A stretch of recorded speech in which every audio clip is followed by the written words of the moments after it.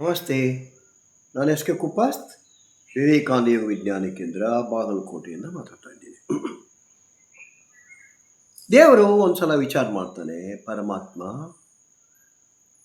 ಸೃಷ್ಟಿಯಲ್ಲಿರ್ತಕ್ಕಂಥ ಎಲ್ಲ ಪ್ರಾಣಿಗಳಿಗೆ ಆಯುಷ್ಯವನ್ನು ಹಂಚಬೇಕು ಅಂಥೇಳಿ, ಎಷ್ಟು ದಿವಸ ಅವರು ಜೀವಿಸಬೇಕು ಅಂಥೇಳಿ. ಅದಕ್ಕೆ ಅವನು ಎಲ್ಲ ಪ್ರಾಣಿಗಳ ಹತ್ರ ಹೋಗ್ತಾನೆ. ಕತ್ತೆ, ನಾಯಿ, ಮಂಗ ಎಲ್ಲ ಕಡೆ ಹೋಗಿ ಅವರಿಗೆಲ್ಲ ಆಯುಷ್ಯವನ್ನು ಹಂಚಿ ಕೊನೆಗೆ ಮನುಷ್ಯನ ಹತ್ರ ಬಂದು ಅವನಿಗೆ ಒಂದು 25 ವರ್ಷದ ಆಯುಷ್ಯವನ್ನು ಕೊಡ್ತಾನೆ. ಅಷ್ಟರಿಂದ ಮನುಷ್ಯನಿಗೆ ಸಮಾಧಾನ ಆಗಲ್ಲ. ಅವನು ಏನು ಮಾಡ್ತಾನೆ, ಕತ್ತೆ ಕಡೆ ಹೋಗ್ತಾನೆ.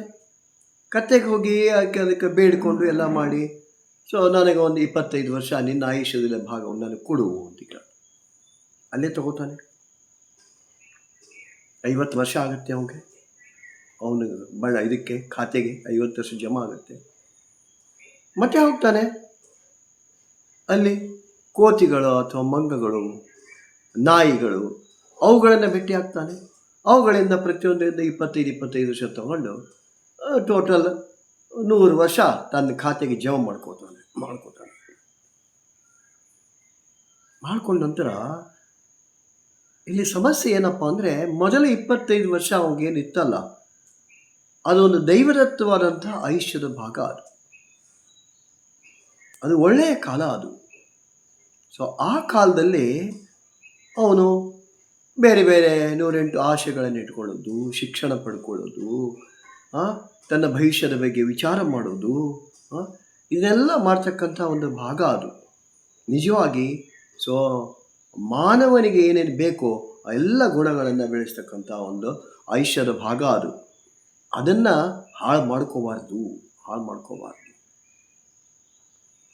ಅದರ ನಂತರ ಬಂತಲ್ಲ, ಮುಂದೆ 25 ವರ್ಷ ಕತ್ತೆಯನ್ನು ಕೇಳಿ ಬರೆದಿರ್ತಾನೆ ಅವನು. ಅಂದರೆ ಆ 25 ವರ್ಷ ದುಡಿದಿದ್ದು ಹಣ ಗಳಿಸ್ಲಿಕ್ಕೆ ಏನೇನು ಮಾಡಬೇಕು, ಕತ್ತೆ ಥರ ಕೆಲಸ ಮಾಡಿದ್ದು. ತಾನು ಮೊದಲ 25 ವರ್ಷದಲ್ಲಿ ಏನೇನು ಆದರ್ಶಗಳನ್ನು ಕಂಡಿದ್ದ, ನಾನು ಆಗಬೇಕು, ಹೀಗಾಗಬೇಕು ಅಂಥೇಳಿ, ಅದಕ್ಕಾಗಿ ಹಣ ಕೂಡಿಸಿಡೋದು, ಅದಕ್ಕಾಗಿ ಶ್ರಮ ಪಡೋದು, ದುಡಿಯೋದು, ಕತ್ತೆ ಹಾಗೆ ಎಲ್ಲ ಮಾಡಿ, ಸೊ ಕೊನೆಗೆ ತನ್ನ ಆದರ್ಶಗಳನ್ನು, ತನ್ನ ಇಚ್ಛೆಗಳನ್ನು ಪೂರೈಸಲಾರದಂಥ ಸ್ಥಿತಿಯನ್ನು ಆ ವ್ಯಕ್ತಿ ಮುಟ್ತಾನೆ. ಬರೀ ಕತ್ತೆ ಅಂತ ದುಡಿದದ್ದಷ್ಟೇ ಕರೆ ಆಗಿಬಿಡುತ್ತೆ. ಇನ್ನು ಮತ್ತೆ ಮುಂದಿನ 25 ವರ್ಷ ಅವನು ನಾಯಿ ಥರ ಅವನ ಜೀವನ ಅದು.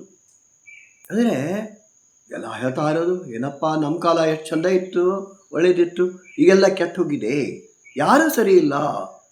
ನಾಯಿ ಹೆಂಗೆ ಬೊಗಳ್ತಾ ಇರುತ್ತೆ ಆ ರೀತಿ ತನ್ನೆಲ್ಲ ಒಳಗಿರ್ತಕ್ಕಂಥ ಒಂದು ಭಾವನೆಗಳನ್ನು ಹೊರಗೆ ಹಾಕ್ತಾ ಇರೋದು. ಈಗಿದ್ದದ್ದು ಯಾವುದು ಸರಿಯೇ ಇಲ್ಲ ನಮ್ಮ ಕಾಲ ಚೆಂದಾಗಿತ್ತು, ಸರಿ ಇತ್ತು ಅಂತ ಹೇಳ್ತಾ ಹೋಗ್ತಾನೆ. ಆ 25 ವರ್ಷ ಹೋಯಿತು. ಇನ್ನು ಕೊನೆಗೆ ಕೋತಿ, ಸೊ ಮಂಗನ ವಯಸ್ಸು, ಅದು ಅರುಳು ಮರುಳು ಎಲ್ಲ ಪೂರ್ತಿ ಏನು ಗೊತ್ತೇ ಆಗಲ್ಲ. ಏನೇ ಹೆಂಗೆಂಗೋ ನಡವಳಿಕೆ, ಬಿಹೇವಿಯರ್, ಜನ ನೋಡಿ ಒಂಥರ ಅವನಿಗೆ ತಿರಸ್ಕಾರ ಮಾಡೋದು, ಕ್ಷುಲಕ ಮಾಡೋದು, ಆ ಥರದ ಪರಿಸ್ಥಿತಿ ಅವನ ಜೀವನದಲ್ಲಿ ನಿರ್ಮಾಣ ಆಗುತ್ತೆ ಕೊನೆ 25 ವರ್ಷ. ಅದಕ್ಕೆ ನಾವು ಎಷ್ಟು ದಿವಸ ಜೀವಿಸ್ತೀವಿ ಅನ್ನೋದು ಮಹತ್ವದ್ದಲ್ಲ, ಹೇಗೆ ಜೀವಿಸ್ತೀವಿ, ಎಷ್ಟರ ಮಟ್ಟಿಗೆ ಜನರಿಗೆ ಉಪಯೋಗ ಆಗುತ್ತೆ ಅದು ಮಹತ್ವದ್ದು. ಆ ಥರ ಜೀವನ ಸಾಗಿಸಬೇಕಾಗಿದ್ದು. ಸೊ ನಮಗೆ ಅವಶ್ಯಕತೆ ಇದೆ ಜನೋಪಯೋಗಿಯಾಗಿ. ವಿವೇಕಾನಂದ ಯೋಗ ವಿಜ್ಞಾನ ಕೇಂದ್ರ ಸೊ ನಿರಂತರ ಯೋಗ ವರ್ಗಗಳು ನಡೆಸುತ್ತೆ. ಬೆಳಗ್ಗೆ 6ರಿಂದ 7, ಸಂಜೆ 6ರಿಂದ 7, ಬೋತ್ ಆಫ್ಲೈನ್ ಆ್ಯಂಡ್ ಆನ್ಲೈನ್. ಬನ್ನಿ ನಮ್ಮ ಯೋಗ ವರ್ಗಗಳಲ್ಲಿ ಭಾಗವಹಿಸಿ. ಜೊತೆಗೆ ನಮ್ಮದೇ ಯೂಟ್ಯೂಬ್ ಚಾನಲ್ ಇದೆ, ವಿವೇಕಾನಂದ ಯೋಗ ವಿಜ್ಞಾನ ಕೇಂದ್ರ ಬಾಗಲಕೋಟೆ. ಅದಕ್ಕೆ ಸದಸ್ಯರಾಗಿರಿ. ಧನ್ಯವಾದಗಳು.